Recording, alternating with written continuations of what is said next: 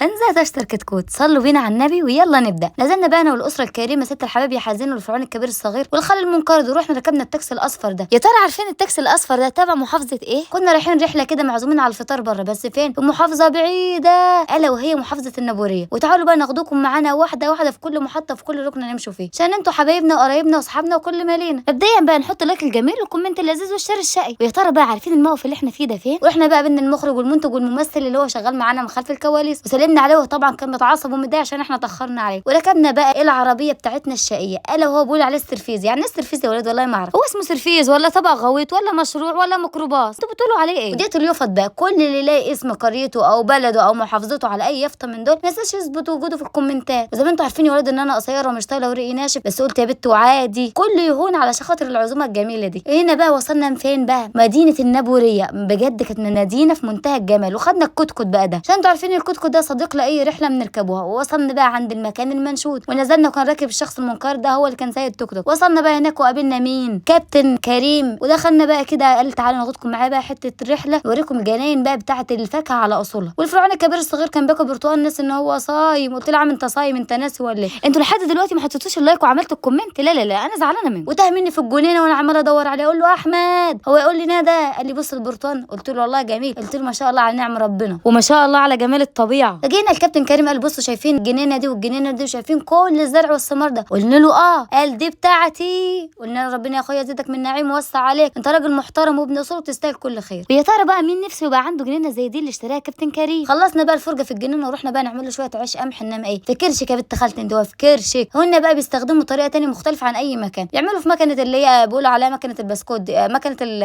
مش عارفه. ويا ترى بقى اللي يعرف المكنه دي اسمها ايه ما ينساش يقول. المهم كده دخلنا الفرن وطلعناه، ورحنا بقى الجنينه الصغيره دي ناخدوا منها شويه خضروات. خدت بقى المقص ونزلت فيها واحده يمين في شمال وشمال في يمين وفوق وتحت وتحت وفوق، واديله اديله ادي لحد ما خدت على عيني. ما اجمل الجو الريفي بجد يا ولاد. خدت كل خضره وطلعت. وهنا بقى ست الحباب يا حزينه شايله الاطباق السلطه وطالعه بيهم. وهنا بقى المخرج شايل المخللات. والفرعون الكبير صار جايب الخس عشان عارف ان انا بحبه. وانا بقى خدت الطبق الاساسي اللي هو الدجاج. خدنا بقى كل الاكل ورصيناه. وهنا بقى الكابتن قال انا بنفسي هصب لكم العصير. قلنا له يا يعني عندك جنينه وعندك اطيان وعندك بيت وبتصب لنا العصير بنفسك؟ يا على التواضع اللي انت فيه. وهنا بقى رص السفره الجميله اللذيذه اللي تستاهل. بصي حنكك يا بنت خالتي انت وهي، حاجه كده في منتهى الجمال تفتح النفس بجد بجد. اهم بقى من الاكل ده اللمه الجميله والعشره والناس الطيبه الناس المحترمه اللي احنا كنا عندهم. بالراجل ده في قمه الاحترام والادب يا اخواتي والله. وهنا بقى الشخص المنكر ده حضن الفراخ وقال انا بقالي 27 سنه ما دوتهاش، انا هاخد الفراخ كلها لوحدي عشان ركبي وجعاني بالزق وانا ماشي.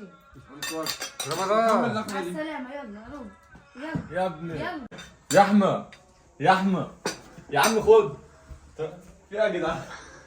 خد يا عم تعال. واللي نفسه بقى يفطر الفطار ده في الجو الريفي ده يكتب لنا في كومنت. سلام عليكم.